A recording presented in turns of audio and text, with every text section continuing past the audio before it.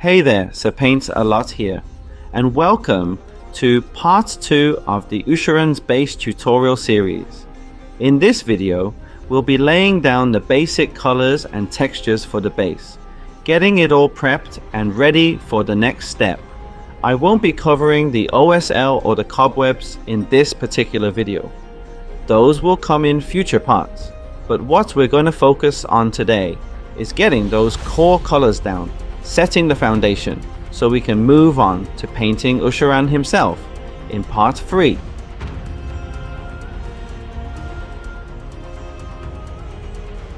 First, I airbrushed on a layer of Incubi Darkness.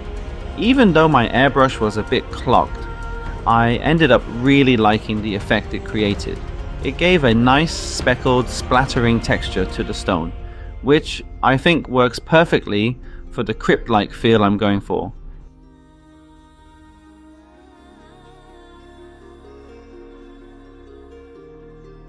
Next, I use Sotek Blue. You can still see a few of those splatters peeking through, since the airbrush was still a bit blocked. But you know what? I think that ends up being a happy accident. Those little texture variations will get covered up as we build up more layers, but for now, I kind of like how it adds some subtle interest.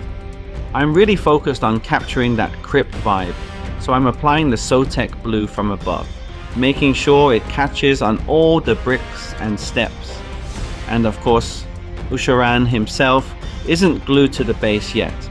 We'll save that for later, but I'm already starting to see the foundation come together nicely. Next up, I used Rhinox Hide. I airbrushed this onto the dirt areas, and when I did it on the bottom, I kind of misted the paint to create a gradient. I find Rhinox Hide to be a great brown for this, as it has a nice reddish hue. So when you pair the red of the Rhinox Hide with the blue of the Sotek Blue, it creates a really cool effect. I'm making sure to leave some of the blue and the brown showing. Now I use Cabalite Green to add the last highlight to the stone.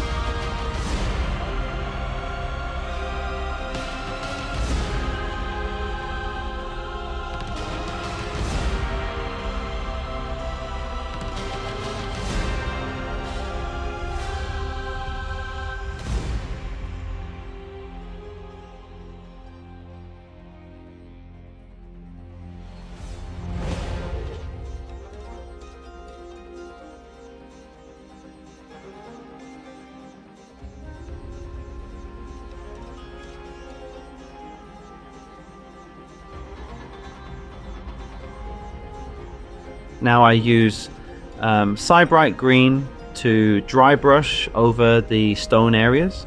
It's not a light dry brush, it's relatively thick, but I would suggest not using too much paint on your brush and build it up gradually if you are not sure. It's not meant to be thin, but not too thick either. You can test it on a tissue beforehand just to see how it looks. And then what I'm doing, I'm just trying to aim for the corners and edges to really bring out that texture. And after this part, it really made the model pop. Next, I use Scrag Brown to dry brush the dirt areas. It's a lighter brown color. As I said, I'm going for a reddish tone for the dirt. So it's like an orange red, and then that complements the cold colors of the stone. When I've got not much paint left on the brush, I go over the stone areas too, just to add a bit more discoloration and dust.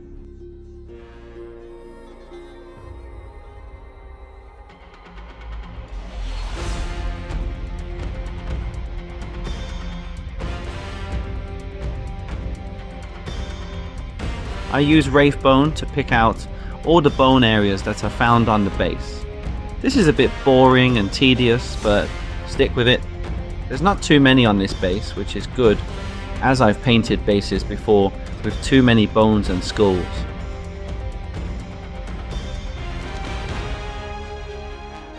I then shade over all the bone areas with Agrax Earthshade, and also use it to shade in other recessed parts.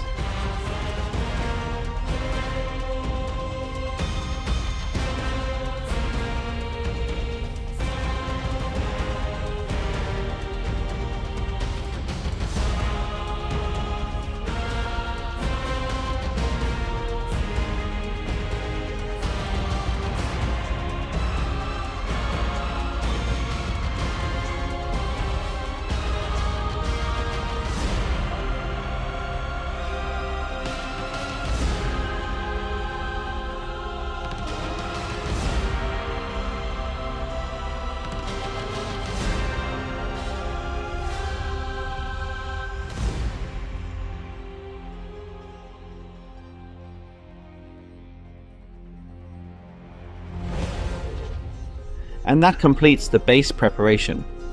The shading has helped to accentuate the natural contours and shadows of the stone, which will provide an excellent foundation for the upcoming OSL effects. I'm quite pleased with the results so far, and I hope you like it too. Thank you all for joining me today and following along. If you found this tutorial helpful, please consider subscribing to the channel for more hobby and modeling content. I appreciate your time and wish you all a wonderful day. This is Sir Paints a Lot signing off.